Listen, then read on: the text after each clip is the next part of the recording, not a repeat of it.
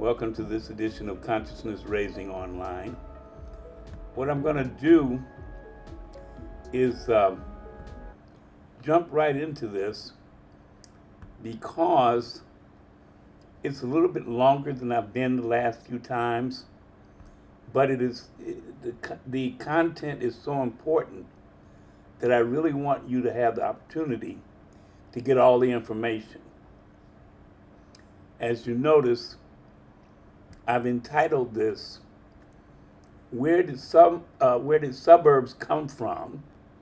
Or why there is a racial wealth gap and why reparations must be paid. Now, why this is very important is that the information contained in this presentation covers a significant period of time. But even more than that, the information is so strong that I believe that you really need to see this information, to digest this information at your pace, so that you can not only have the information and the knowledge that comes with it, but also so you can share it with others. Because what has been done is so egregious, so outrageous. It spans several generations, and it will, I believe, help us to understand why it's so necessary that we have reparations. Okay? Now, we're going to join this presentation because it's actually a hybrid of several others that I put together so that it covers these several sessions. Because number one, we have this belief that we are that in order to have wealth in this country, you have to be a homeowner. Ownership is considered to be the source of wealth, generational wealth.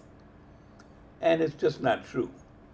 But even if it were true, black people are just so handicapped by how the system has done us that it has created what they like to call a wealth gap.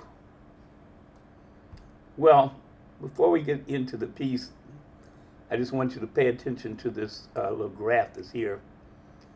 And what it says, it talks about primary residence, white, black, Hispanic, and other. And if you notice between the white and the black, it says the average net housing wealth home value, less, minus debts, sits at $216,000 for white families compared to $94,000 for black households.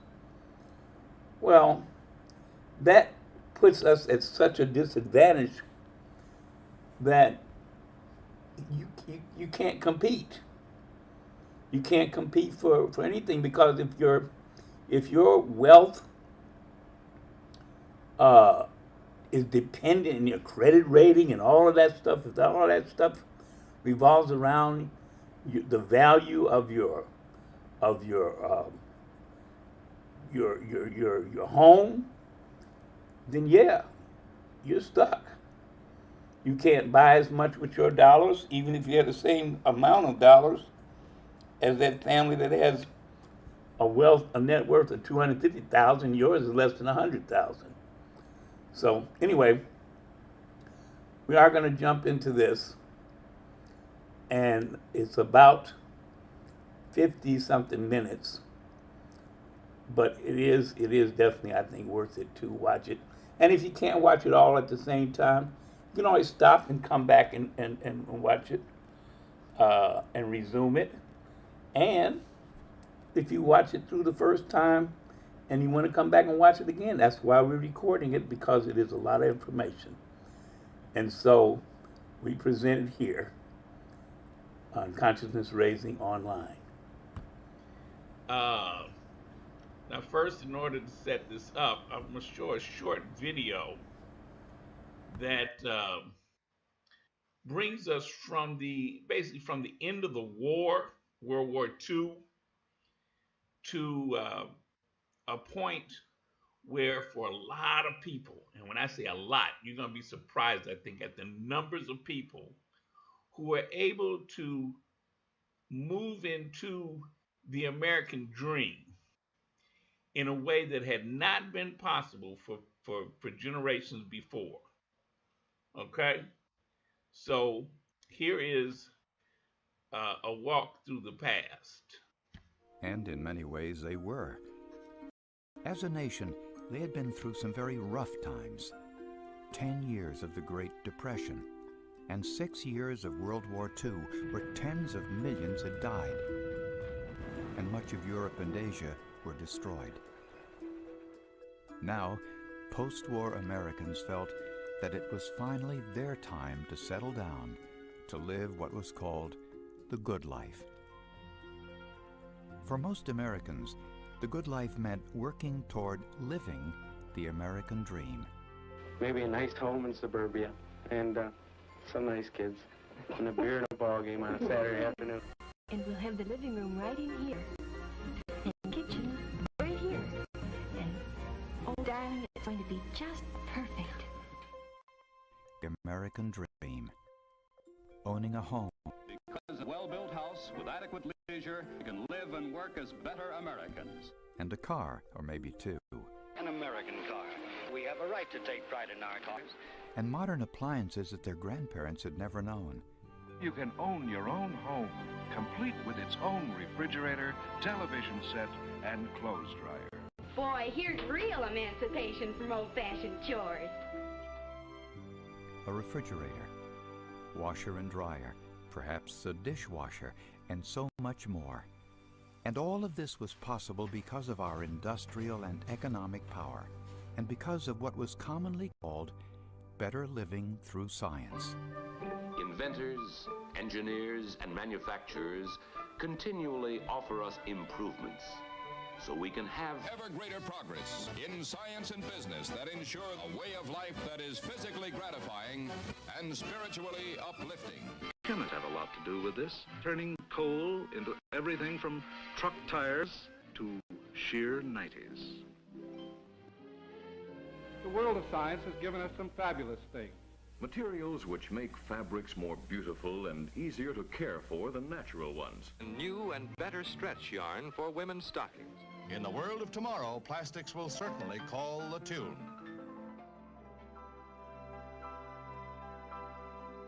The scientist has something to offer to the public which is far, far more than gadgets and inventions. We had faith in our science and our scientists. In the 1950s, American scientists had given us the discovery of DNA. The thread of life. And the Salk polio vaccine. A vaccine to prevent paralytic polio, developed by Dr. Jonas Salk. And American engineers won high praise worldwide for our new American highway system, with millions of miles of paved roads. More motorized mobility than ever dreamed of before. Freedom of movement for all, symbol of democracy. We have become the nation on wheels. And this is Levittown. Levittown, one of the world's largest single-unit housing developments. To make the American dream a reality for everyone, developers were building tens of millions of houses. The budget-priced home. This symbol of modern American living has changed the great USA. You can raise your children far from the city's dirt, crowding and crime, in comfort and safety. Suburban cities sprang up almost overnight, with new water supply systems, street lights, sewer systems, electrical power grids, and more. Much of the infrastructure we depend on today was built during this time. As millions of people bought homes and got college degrees and, quote, settled down, they became a part of something that the world had never seen: the huge American middle class. Never in history has the American family known such well-being. A standard of living beyond the wildest dreams of anyone who lived a half-century ago. Today, the middle-class American dream is sometimes made fun of. But for adults at that time, it wasn't funny. It was literally a dream come true.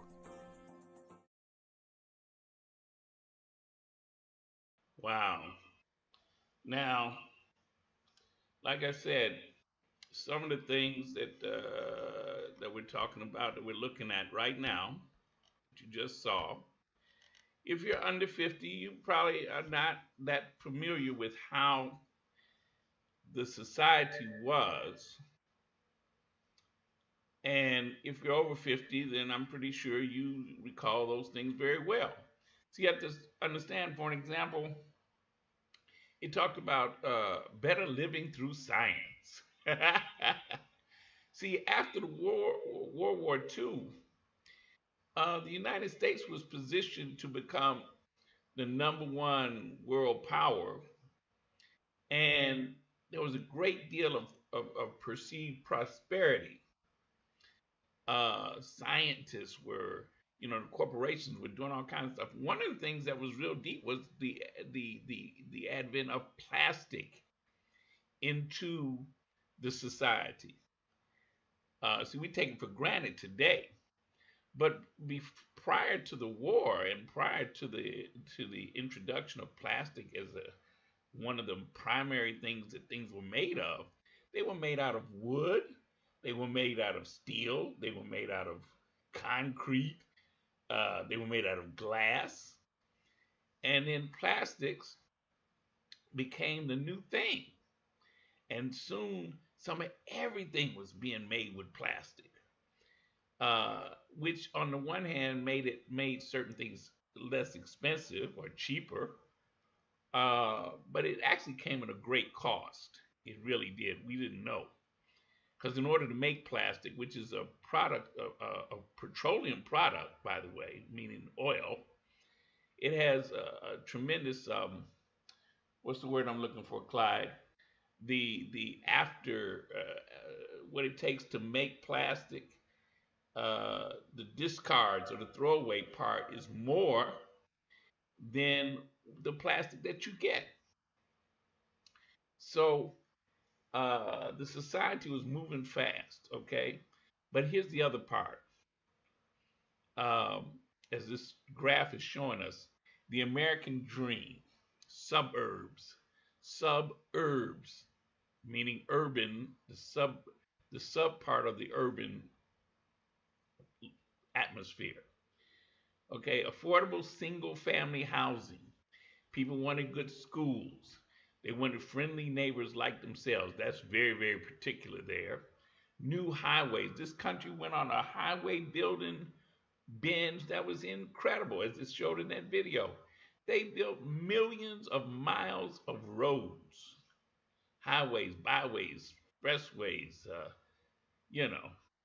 automobiles, yeah, affordable automobiles. They were just selling them like crazy.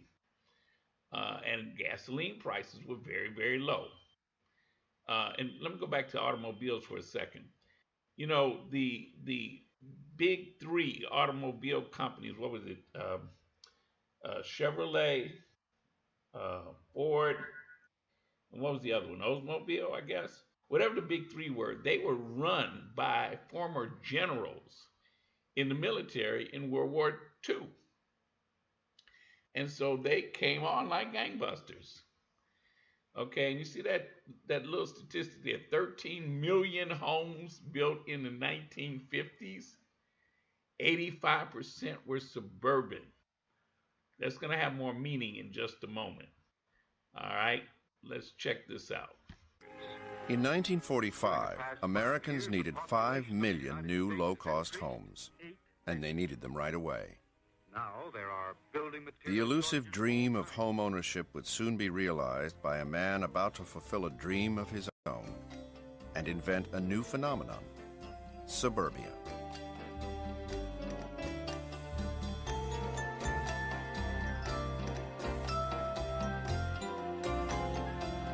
Bill Levitt, as a young man working with the Seabees in World War II, has this brilliant idea, taking some of the techniques he's seeing right then and there in World War II, building airstrips, putting up housing for GIs, and bringing them back to America for ordinary people. He's sitting there at night with his pals in the Pacific in World War II and saying, what do you want when you get home? Well, I want a house and a car.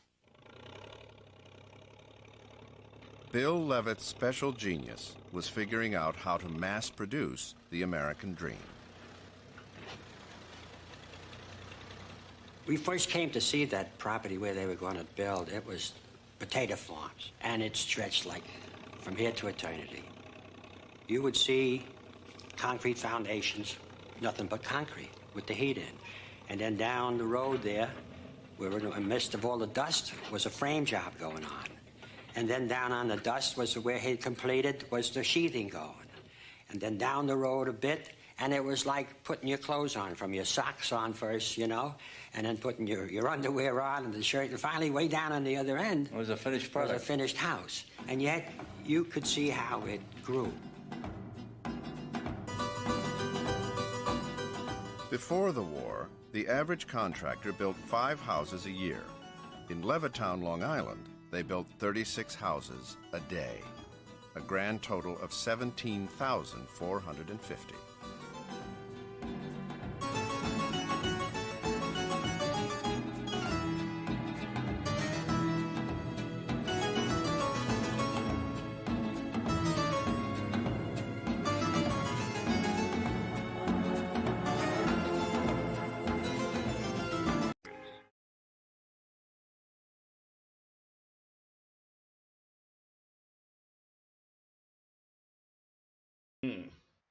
Yeah, that was funny watching them build that house. It made me think about, I'm not gonna say it. But anyway, let's understand what's happening here, okay? So after the war, you had all these soldiers, right? Coming home, and they wanted homes. The country was way behind in terms of having housing. And so Levittown, which this guy Levitt built, the first one, and became a model. Let's talk about what a suburb is. A suburb is a mixed use or residential area existing pretty much as a separate residential community within commuting distance of a city. Okay? The suburban population in North America exploded during the post-World War II economic expansion because the veterans wanted housing, okay? And so Levittown became like the prototype for mass-produced housing. That's what I want you to get an understanding of. Mass-produced housing. As you saw in that clip where they went to building that house, where they say they were building 36 houses a day. Was that what they said? 36 a day? Talking about houses. Okay? Now, the GI Bill guaranteed low-cost loans for veterans with very low down payments and low interest rates. And this is key here. With 16 million eligible veterans, 16 million eligible veterans, the opportunity to buy a house was suddenly, bam, right there. In 1947 alone, 540,000 veterans bought a house. The average price was $7,300. As we got into the 50s with Levittown doing it, it exploded. It exploded. But now listen to what was going on. They were able to, because they standardized certain things. So standardized sizes for kitchen cabinets, for refrigerators and stoves, and it allowed for mass production of kitchen furnishings, right? So the developers started purchasing empty land just outside of the city, and installed tract houses with very few differences in design. As you see this Levittown in 1957, right? Those four basic houses was the houses, okay? And of course, they put up these tracts or subdivisions, as they came to be called, provided streets and utilities. Local public officials, they raced to build schools. They had to build tons of schools because they had this baby boom. That's where this baby boom generation thing comes from 1946 through 1965. That was the baby boom generation. I was born in it. Some of you all may have been. Tract, like TRACT, tract homes. Okay. Now the first Levittown was in Long Island, and back then a new house was $1,000 down and $70 a month. It had 3 bedrooms, a fireplace, a gas range, and a gas furnace, and a landscape lot 70 by 100 feet, all for a total price of $10,000. And veterans could get it for a lot less down. They didn't have to put down $1,000. Y'all understand how huge that is?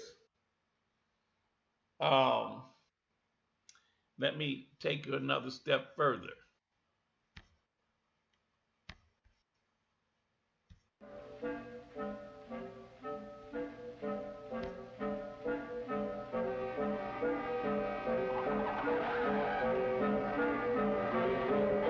We've got to move.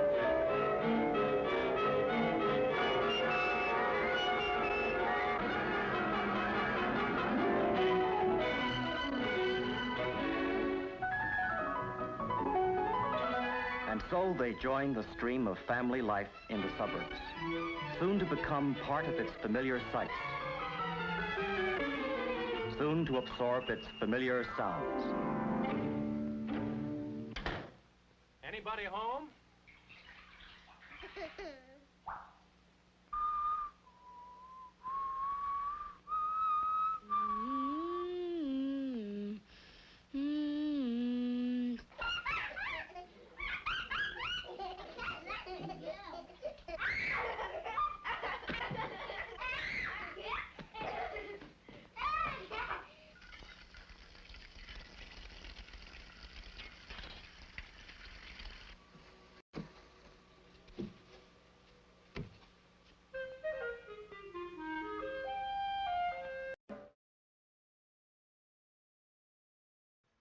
Okay. It takes you another step, right? Because you had these folks that were desperately looking for housing, and then all of a sudden, all these homes were being built. Now, what was going on with Levitt and Sons, of course, but then you had others jump in the deal. But Levitt started out with they built 4 planned communities, all of them called Levitt Towns, in New York, Pennsylvania, New Jersey, and Puerto Rico. The one in New York was first. Then they also influenced some of the designs in places like Buffalo Grove, Illinois, which is right in the suburb of Chicago, Vernon Hills, Illinois, another suburb of Chicago, Willingboro Township, New Jersey, the Bel Air section of Bowie, Maryland, and the Greenbrier section of Fairfax, Virginia. So they were influencing the building of places all over the country. And that's how come you had an explosion suburbs. Um, Now, also, let me see. You had some other areas where they started seeing more suburbs, right?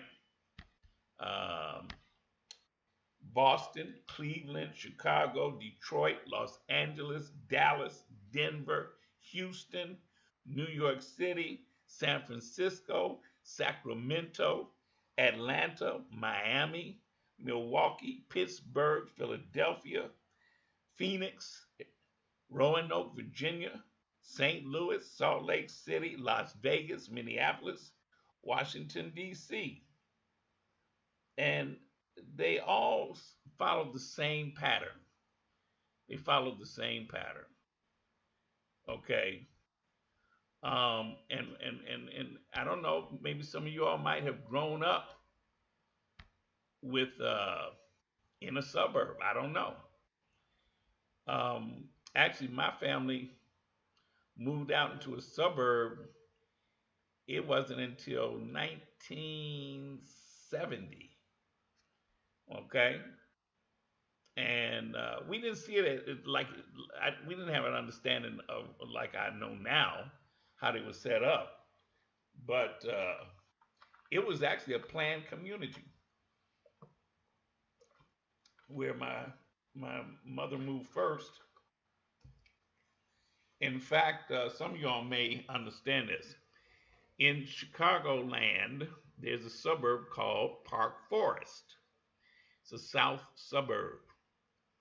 Well, it had a suburb at one time called Park Forest South. And Park Forest was a planned community.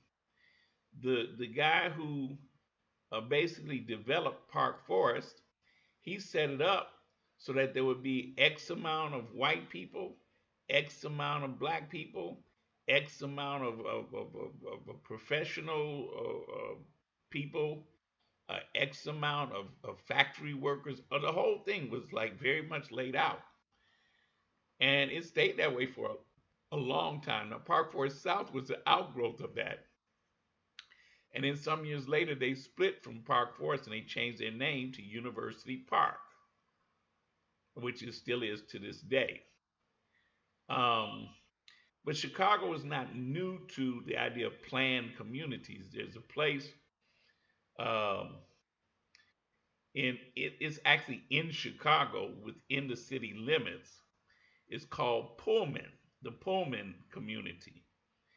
And it was a planned community as well by Pullman, the guy who created the Pullman train cars, the luxury train cars, and of course, where we get the Pullman porters from. They were actually called the sleeping car porters. Okay, it was actually the first major black union recognized in this country. But we know them also as the Pullman porters because Pullman built a whole town called Pullman. Now the deep thing was because he built the Pullman train cars, the sleeping cars were built in this community. He had the factory there and the workers who built the cars and all of that. It had everything. It had the stores, the churches, the houses, everything. Of course, he didn't let black people stay there. The Pullman porters couldn't live in Pullman, all right? But my point here is this. You had this explosion of homes, and it made it possible for people to have their first homes. And they got them dirt cheap, dirt cheap. Check this out.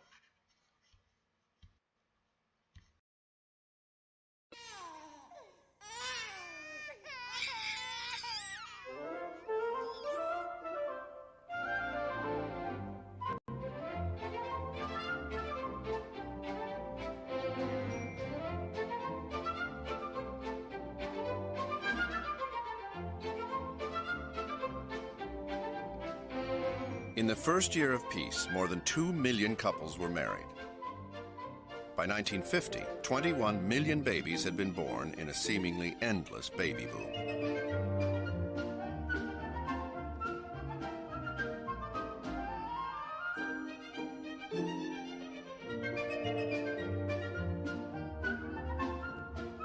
I came out of service out of the Navy in '46, and I wanted to go and marry the girl that was writing the 3 letters a week to me for 4 years. And she lived in Floral Park. I had a tavern there. And I moved in with the family.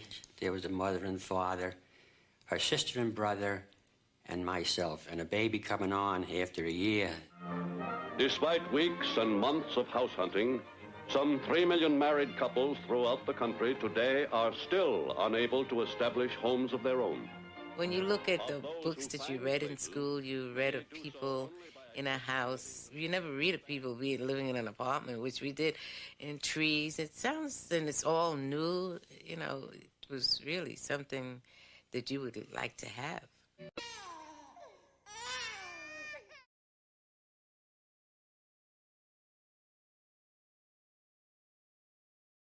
Now, one of the things is that as we look at this, I think you're beginning to get a picture now, right, of how this whole lifestyle began to form, because we had not had suburban life before.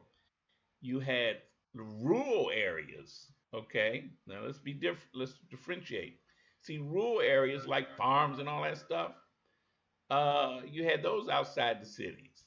In fact, a lot of times people came from the farm to the city, to the big city, right? But that's what you had. You had rural, small towns and rural areas, and then you had the cities. Now you had running around the country these tracts, these subdivisions blowing up, these suburbia. And with suburbia came a new lifestyle. Okay, they were able to get these homes with a television in the living room and modern appliances and a cars and stuff, right? So they were living the life of Riley. Now keep up with me because I'm not through. You got to check this out. On their own for the first time, and determined not to miss a single new homemaking idea. They're busy just making choices and welcome solid information in concise form.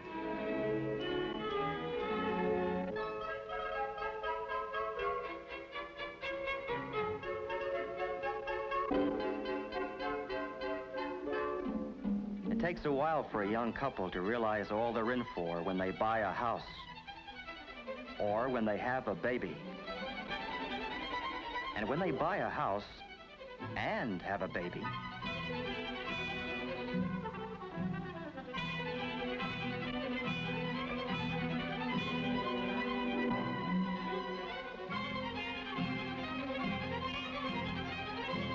so hardly realizing it, they come into their purchasing stage and are off on a wild, non-stop ride.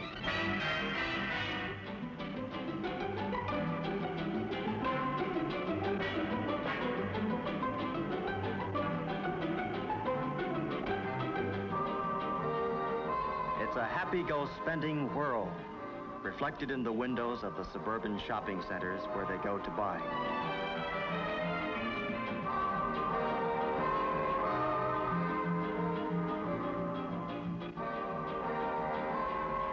Red Book has been studying shopping centers because the people who created the suburbs are young adults, and the shopping centers are built in their image.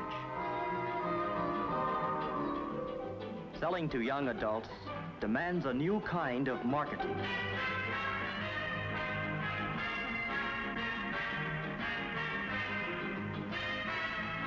For these young adults, the shopping centers have built fountains, commissioned statues, put in restaurants and freestanding stairways.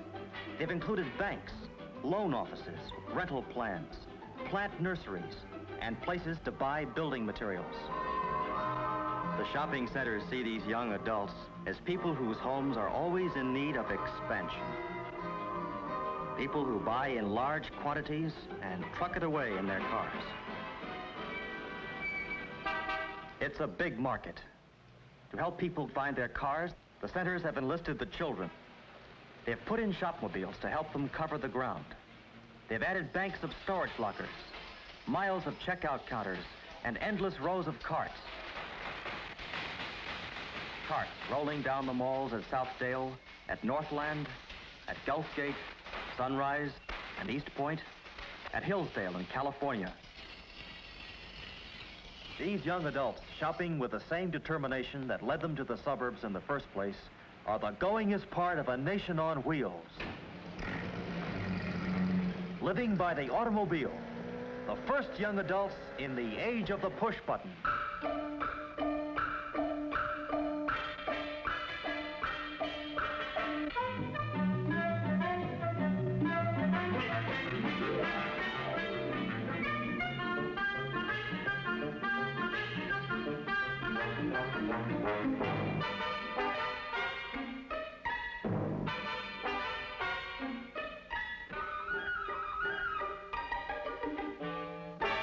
Like the rest of life in suburbia, shopping has a family flavor. Do you remember what size she was? 5. Then we bought a tree to go with it. Yes, that was pretty nice. I don't know. Shall I take it? These busy families make the shopping centers look young and colorful.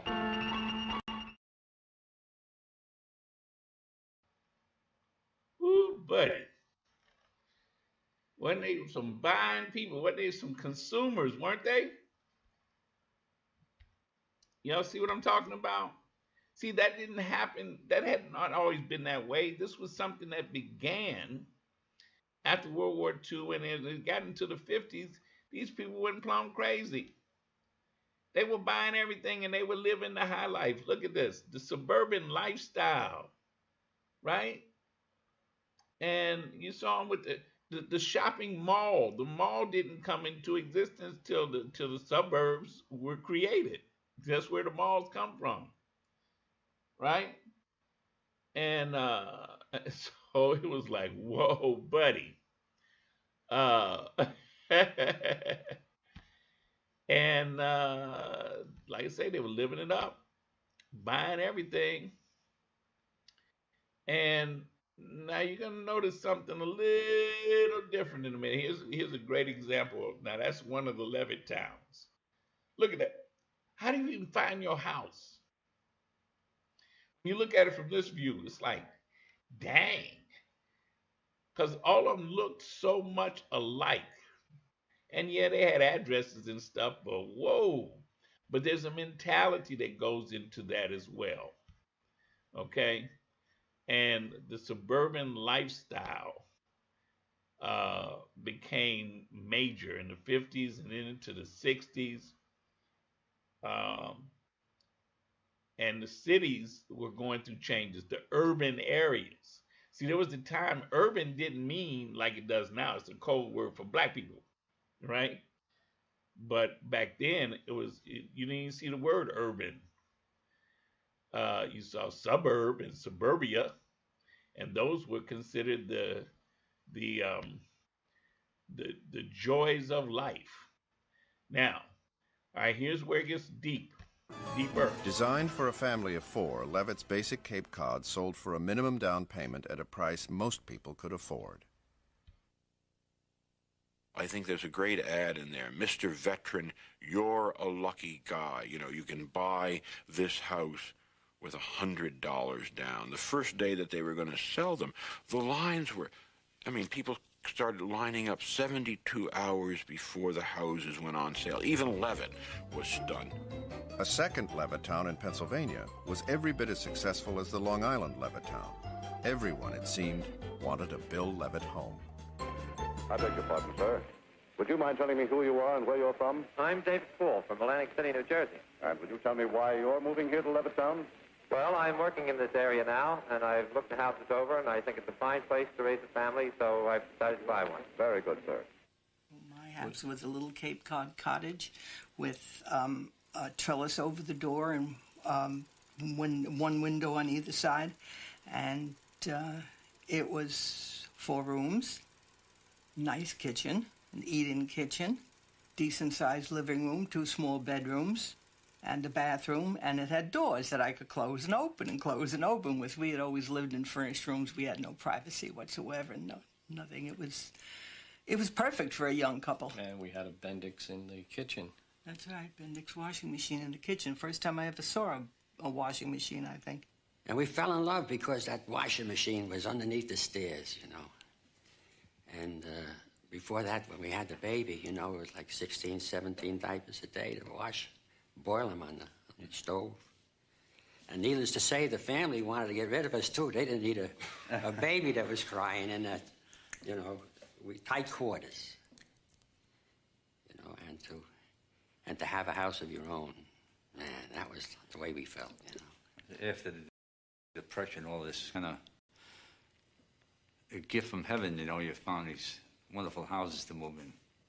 And the best thing about it, I guess, was our independence. It was the first time we were away from our parents, completely independent, and we did what we wanted when we wanted. Like any kids, they wanted to be on their own, and we were. And we could start our family. That's right.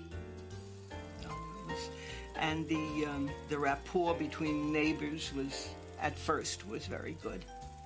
Excellent, in fact. Because they were all in the same boat as us. They were all first starting out, mostly young, like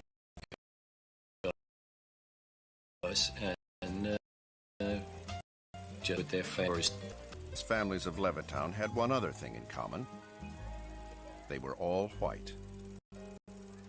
I walked up to the salesperson and I said to him, "We're very interested in your house and we'd like an application." And I remember what he said to me. He looked at me, he said, "It's not me, but the management has not as yet decided whether he's going to sell these houses to Negroes or not." And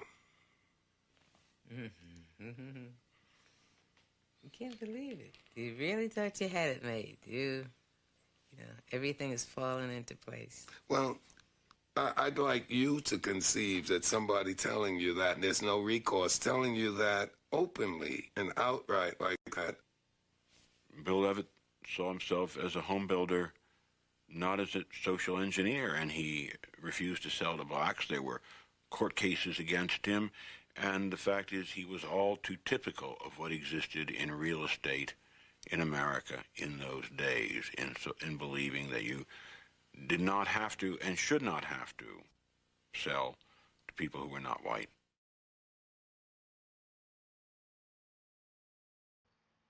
Yeah. Part of the story I didn't tell you about is this.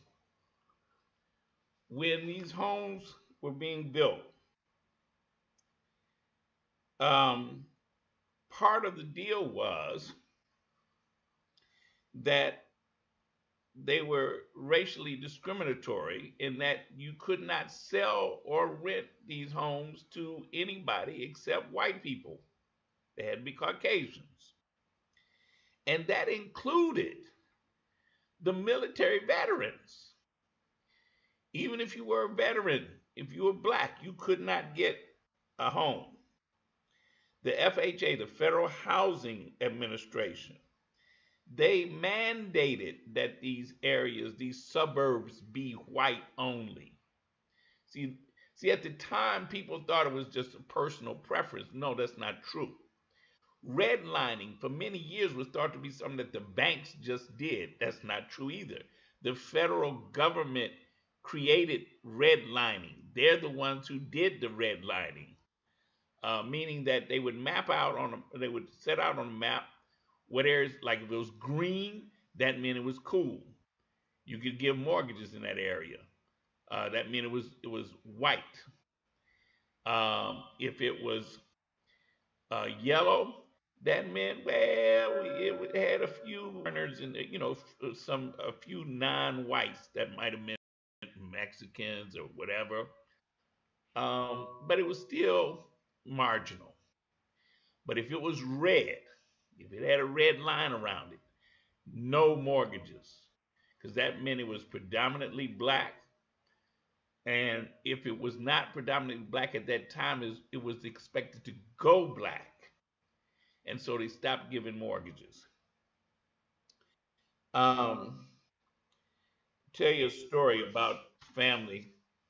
You heard that black couple there talking about it, but here's Bill and Daisy Myers. It's them here. They were a young black couple with 3 small children when they moved into Levittown in Pennsylvania. They were both college graduates and they were looking just for a peaceful place to raise their children. And how they got in is not known. Somebody blew it. On August 13th, 1957, the mailman there, the Levittown mailman, finding out that they were black, he actually walked around the neighborhood shouting, "It's happened.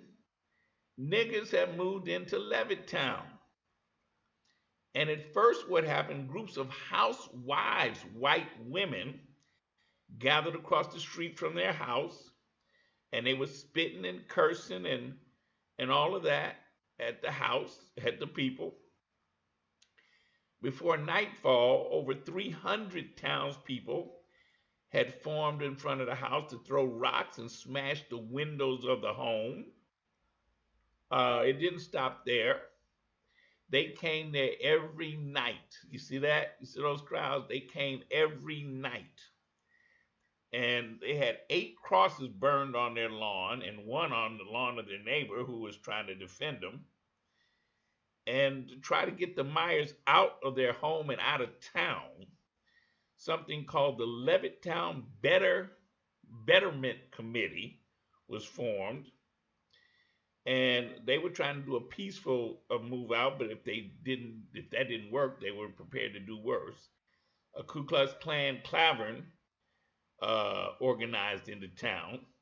The police chief was telling the townspeople that Myers was a communist. One time they discovered in the bushes near the bedroom of the youngest child, he was only 2 months old at the time, they found bottles filled with gasoline, Molotov cocktails. They found Molotov cocktails outside the window. They just had not been, I guess they didn't do them right. The family was forced to leave their house 3 times in the first 2 weeks.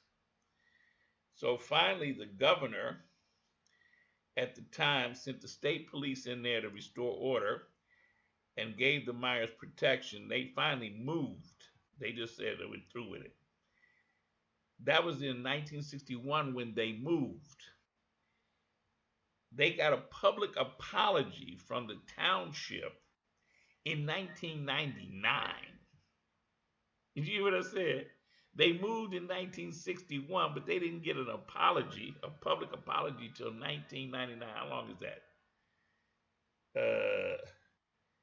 71, 81, 91. Then in 40 years before they got a public apology. So that was the other part of what was going on. Yeah, what'd you say, the mailman? Yeah, the mailman. He was the town crier. But see, I wanted to set up so you can see how idyllic life was for the white people, right? And what was going on with black people? What was going on with black people in the 1950s? Well, let's start out in the 1950s. That was when Ralph Bunche won the Nobel Peace Prize, mediating the Arab-Israeli conflict. Gwendolyn Brooks got the Pulitzer Prize in Poetry. She was the first black person to get that. Chuck Cooper, Nathaniel Clifton, and Earl Lloyd. They were the first black players in the National Basketball Association. 1951, an estimated 3,500 whites try to keep a black family from moving into an apartment building in Cicero. The governor, Adlai Stevenson at the time, had to call the National Guard in to protect the family. That's a real deep story. Cicero, for those that don't know, it's a suburb of Chicago, and it's notoriously known for being gangster, owned by gangsters. That's where Al Capone and his people, they loved Cicero, and it's been known for years. But it also was known as a place where if you was black, don't be caught there after dark. When I was a kid, we learned that early. If you had to go into Cicero, maybe to work at a job or something, you got the heck out of there. And even the bus, which might run right next to Cicero, you didn't even want to get off at the bus and be waiting for a bus to go home if it was too close to Cicero, because they would ride by and jump out and beat you with baseball bats and chains. There were people got killed that way. 1951, in Florida, NAACP official Harry Moore was killed by a bomb. Okay. Also in 1951, Johnson Publishing Company printed the first issue of Jet magazine. 1954, Supreme Court declared segregation in public schools unconstitutional in Brown versus the Board of Education. 1955, Money, Mississippi, 14-year-old Emmett Till was killed. Rosa Parks was arrested after refusing to give up her seat in Montgomery, Alabama. 1956, Nat King Cole had the first primetime show on national TV. And that was really, it was a deep show because the show was great, but you know what happened, right? In the South, they wouldn't show the show. And the white folks said, we're going to boycott the sponsors. And so they couldn't get any national sponsors for the show. And so it died because of that. But it's interesting, in the same year, Harry Belafonte did an album called Calypso, and was the first record to sell more than 1 million copies. Of course, his face was not on the album. 1957, Congress establishes the Civil Rights Act of 1957. See, y'all only know about the one in 60 something. There was one in 1957. And this was the first legislative act protecting the rights of black people since Reconstruction. It established the Civil Rights section of the Justice Department. Dig this is deep. So now federal prosecutors are able to get court injunctions from against those that were trying to keep black people from the right to vote. And under this act, the Federal Civil Rights Commission was established. That was 1957. Now, why is that important to understand? Because that's when they established the Civil Rights Division of the Justice Department, which just last week,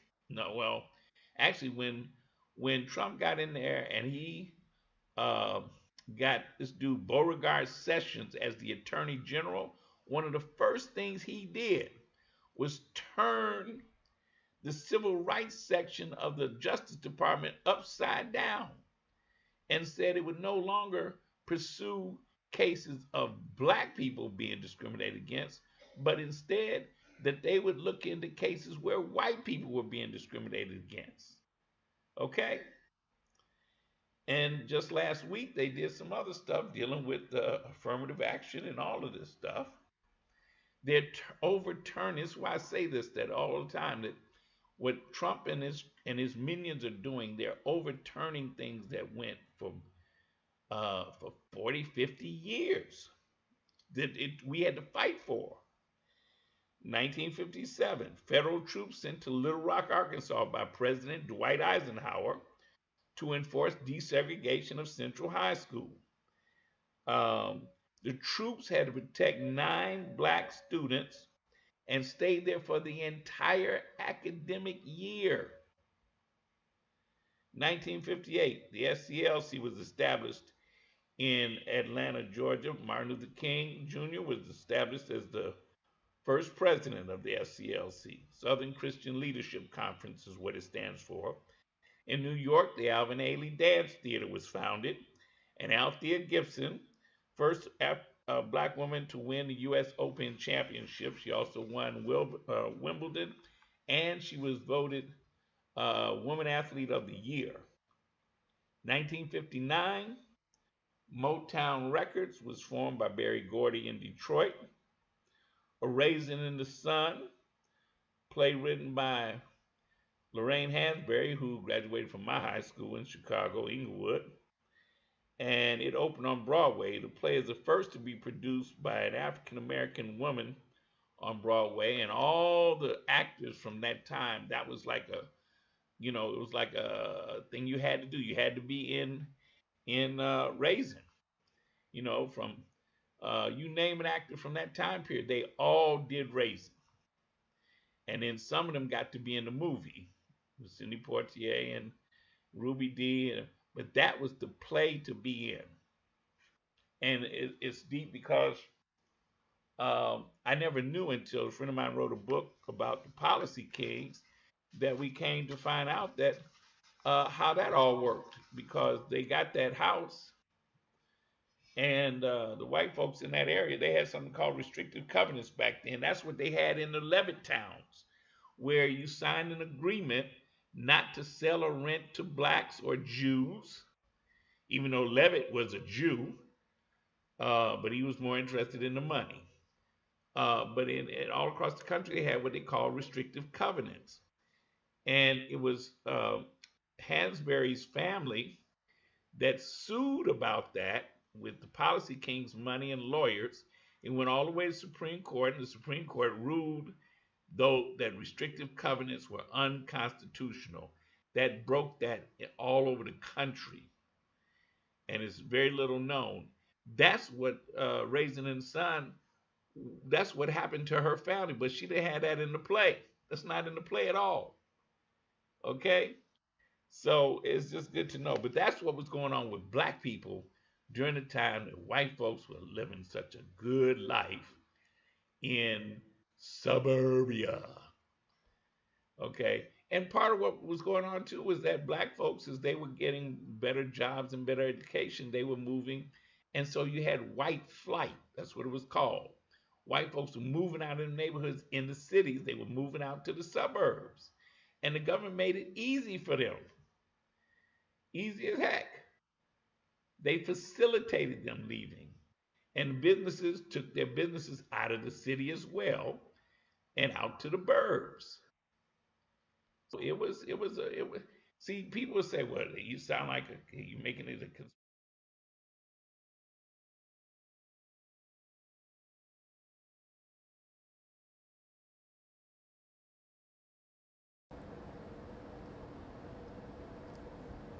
Now, as I close out, I want to have you look at this information as we close, because I think you've got enough now that you can understand that this wasn't, number one, it wasn't accidental or coincidental that all of this happened. That while white people were getting their homes and their communities, the way they needed it and wanted it, but black people, as always, we were fighting for our lives. And it's just amazing. But here's what I want you to look at. This is from recent survey in 2016. The financial profile between racial groups varies widely. This is a chart that shows the percentage of U.S. families with each type of asset. In other words, people with primary residences, 73% of white people, 45% of black people, 46% of Hispanics, so that's less than half. Vehicles, 90% of white folks have cars, 73% of black folks, 80% of Hispanics. Retirement accounts, 60% of white people, 34% of black folks, 30% of Hispanics. Family-owned business equity, that's important too. 15% of white people have that. Only 7% of black folks and 6% of Hispanics. Publicly traded stocks, meaning have own stocks in the stock market. 61% of white folks, 31% of black folks, 28% of Hispanics. And that's something. Vehicles are the most common asset across all racial groups. In other words, we got them cars. But the level of equity, or home value minus debts, that's where that huge wealth gap is. White families have equity of $215,800, whereas black and Hispanic households have net housing wealth of $94,000 and $129,800 for Hispanics. They got more wealth and equity in their homes than black people do. Okay? So my point is this. We cannot catch up wealth-wise. They talk about that wealth gap. You cannot close that gap when you have such a wide disparity, a difference, and such a small or such an insignificant ways to close the gap. You can't pull your bootstraps up that far. So I just want us to understand what we're dealing with. Why reparations is needed. Why it's necessary. Because you cannot close it out as long as we're trying to compete on the same level, on an equal level. They're already so far ahead, we cannot catch up. We have to have reparations, which simply means we got no repair after centuries of slavery, of being worked with no pay, and then being told, okay, now we're going to start out together.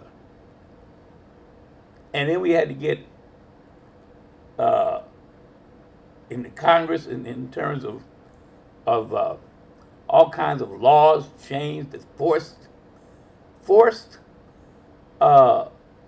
some kind of equality here and equality there, and so we've had to fight for every inch.